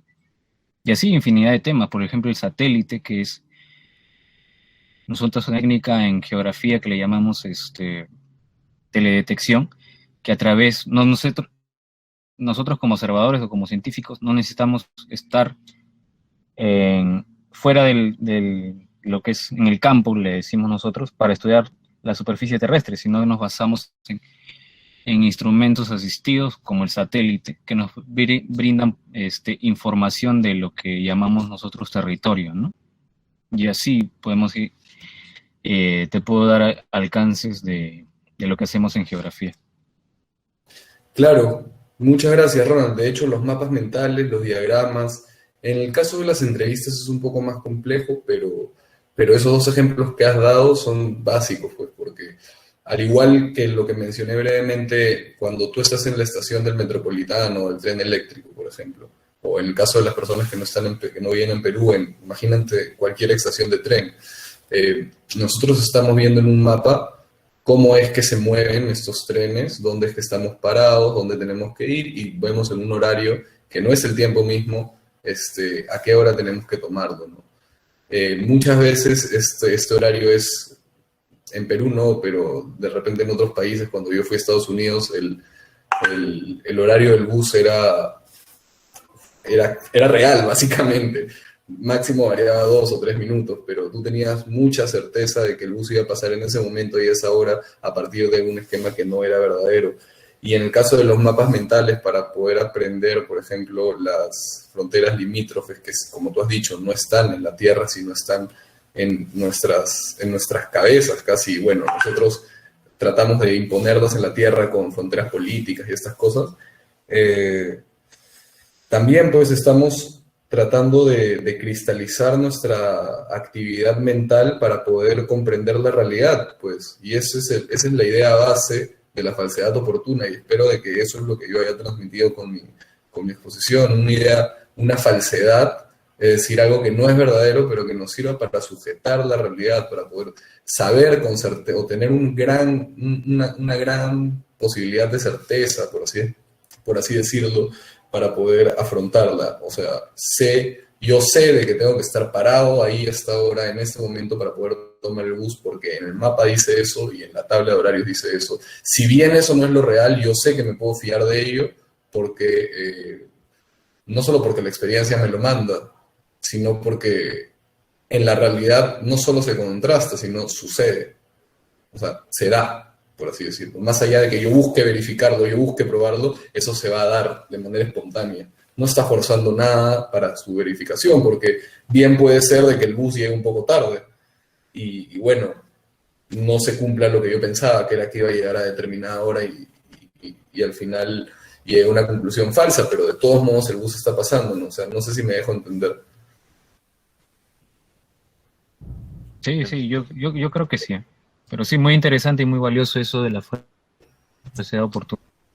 Sí, el artículo está en el Drive.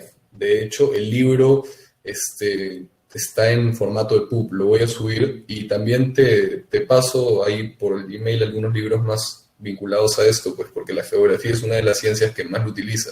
De hecho, Elgin utiliza un ejemplo que creo que dentro de tu área es muy utilizado. Dentro de casi todas las ciencias sociales son muy utilizados, pero bueno. ¿Algún otro comentario, pregunta, de repente, Ronald, alguna precisión a lo que he dicho o algo?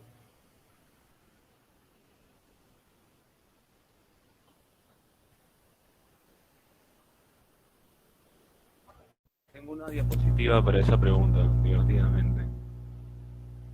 Sí, Yo quería decir una cosa más muy breve. De hecho, esta sesión lo que plantea es un poco darnos unas herramientas conceptuales, por así decirlo. No tanto, sino darnos un poco de perspectiva para poder afrontar los siguientes módulos y discutir entre nosotros, de hecho. Y en ese sentido espero de que sirva para ello también. O sea, tener en cuenta que se vienen 3 módulos más en los cuales ya vamos a reflexionar de manera más directa de descubrimientos científicos y de aspectos científicos para analizar nuestra realidad. Ya no tanto esta suerte de trasfondo teórico de la ciencia, sino ya cosas más concretas, por así decirlo. ¿Qué es la vida? ¿Qué es un algoritmo? ¿Cómo funciona la economía cognitiva? La ponencia de ética e ingeniería, que va a ser genial también, habla de fundamentos de la vida cotidiana, no solamente este tipo de conocimiento teórico, por así decirlo, del que hemos estado hablando ahorita. Sigue, Carlos. Justamente respondiendo al comentario que ha hecho Gino, yo había traído esto porque también cuando hicimos el formato de encuestas, alguien había preguntado, ¿no?, cuál es el rol de la literatura y las ciencias sociales dentro de las ciencias ya en un sentido amplio y interdisciplinario. Y justamente Julian Lemansky hace varios años, creo que es 2013, publica, y el artículo está ahí, está en extras dentro del Drive, publica este artículo llamado Escalas de Lectura. Y lo que sucede con las escalas de lectura es que las escalas de lectura de las ciencias naturales son escalas de lectura distantes, que solamente observan los datos, mientras no son escalas de lectura que leen el texto. Entonces, justamente, ¿cómo podemos juntar estos dos elementos, ¿no? Leer elementos, literalmente interpretarlos, y justamente recoger datos y hacerlo de manera sistemática y tener una validez en cuanto al sampleo, a la elección de las muestras y a los procedimientos para hacer el análisis lingüístico. Y bueno, muchos años después, no muchos, unos cuantos, ella ha publicado este libro, Sujeto Sintomático. Es un libro justamente sobre medicina del lado final del medioevo. Y lo que ella hace es analiza diferentes novelas, textos escritos en esa época, no solo sobre medicina, sino también literatura, y, bueno, al fin y al cabo todo texto es literatura, recoge todo esto, obviamente hace un análisis, digamos, con ciertos softwares y algoritmos del texto para recoger los tipos de voz, palabras comunes, elementos importantes, definiciones, y justamente va haciendo todo un trabajo de investigación formal, pero que combina en la literatura métodos que son de la ingeniería computacional con métodos propios de la historia y de la literatura, justamente también combinados con medicina, porque ella tiene que referirse a textos de medicina para poder hablar de medicina medieval en un sentido, pues, de encontrar la propia lógica intersubjetiva, o sea, la propia lógica del texto, y justamente pensar cómo ellos interpretaban la medicina y cómo consideraban que un método era efectivo o que una práctica funcionaba y en qué sentido pues entendían el cuerpo humano. Y cómo también la evolución de la comprensión del cuerpo humano también significa, en un sentido ontológico, cómo nos vemos. Y yo creo que en verdad hay demasiados espacios también en la investigación política y espacios de trabajo interdisciplinario donde podemos juntar tanto elementos de lectura distante como leer datos que hace la geografía, como también la geografía pues tiene este lado interdisciplinario que leen datos y también los interpretan. No solamente yo veo que tiene estas dimensiones, sino también entiendo que esta información tiene cierto sesgo, entiendo pues que hay ciertas variaciones temporales que no tienen en cuenta pues el plano que puede haber sido hace 30 años, y justamente eso pasaba mucho con los mapas antiguos. Yo he estado leyendo unos rusos, justamente he estado muy metido en el comunismo ruso, y lo que pasaba con Fedorov es que un día una serie de personas del Estado fueron a preguntarle, en los años 20, ¿no? El SAT, antes, no había el SAT todavía, fueron a preguntarle, oye, queremos hacer este tren, pero no sabemos el mapa de Siberia. Tenemos estos mapas, ¿no? Le mostraron los mapas, y Fedorov lo que le dijo, mira, acá hay un hito que tú no habías visto, esta zona no, acá abajo hay un lago congelado. Y justamente siempre tenemos que ir buscando pues nuevas fuentes, nuevas formas de encontrar información importante para poder cumplir con con los proyectos que tenemos. Y este ejemplo me parecía muy interesante, es un gran libro y como dije está en el extra del Drive. Y también me gustaría que respondan, ¿no? La pregunta un poco, la pregunta inicial, ¿qué es para ustedes la ciencia? O si quieren, alguien, si somos posthumanos, o incluso, ¿no? ¿En qué momento estamos? ¿En qué momento consideran que estamos? Estos últimos minutos.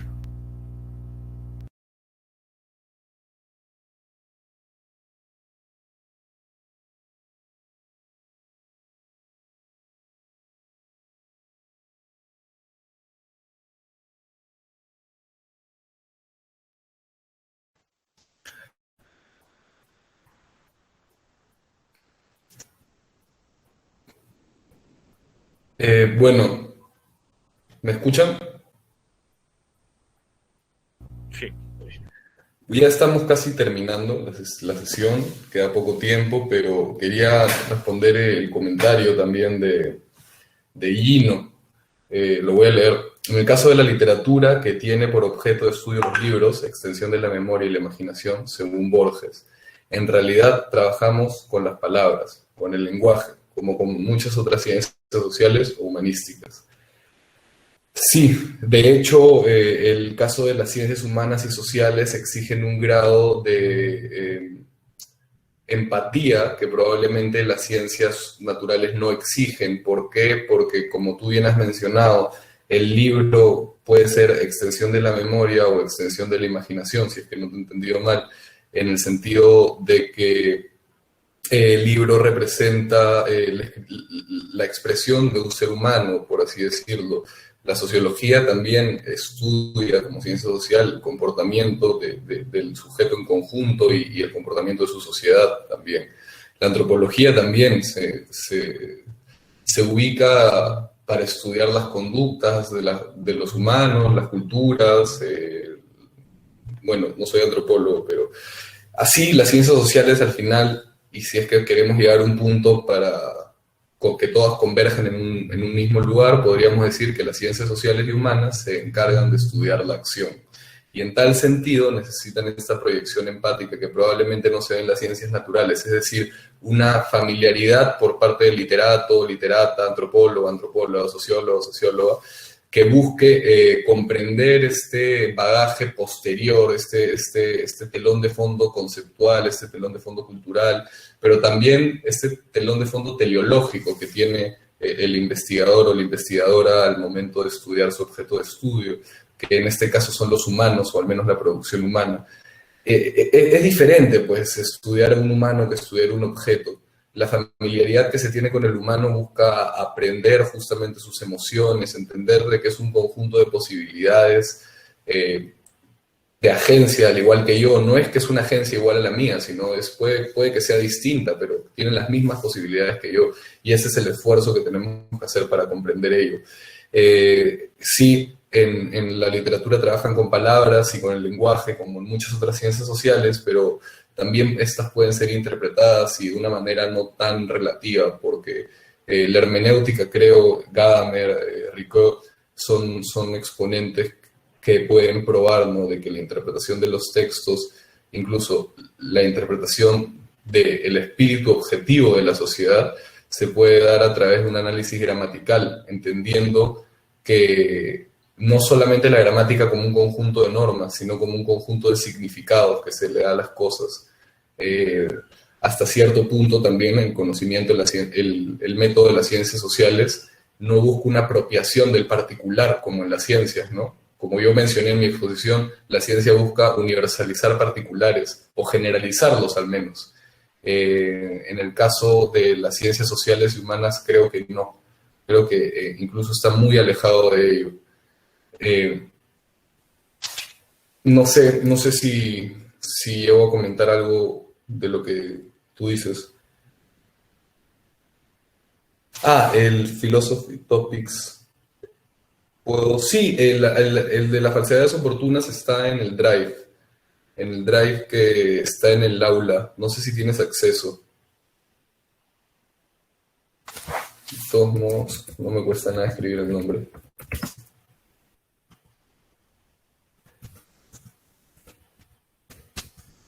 Hay un libro, por si te interesa, que de hecho ya es mucho más profundo. El artículo es un primer intento de la filósofa por sistematizar este modelo.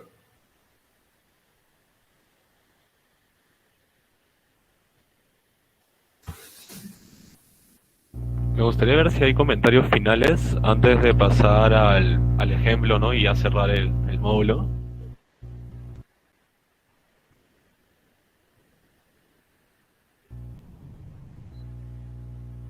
Perfecto. Bueno, quería comentarles justo un poco dentro del sentido de toda esta exposición, el caso de un artículo que también he puesto dentro del Drive, ¿no? Que es la viabilidad de la energía nuclear y justo en base a un incidente nuclear en Fukushima Daiichi realizado el 2011.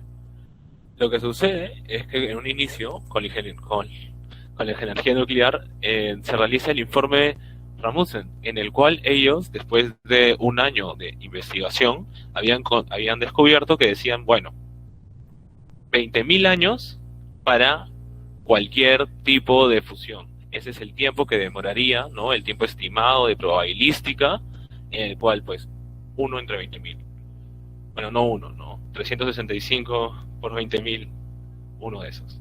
Entonces, justamente sucedió una fusión parcial en un reactor nuclear 4 años después, ¿no? En 1979, y ellos dijeron, bueno, entonces una fusión puede darse cada 1.000 años de experiencia operativa. 1.000 años de experiencia operativa es 1.000 años de funcionamiento de esa planta nuclear.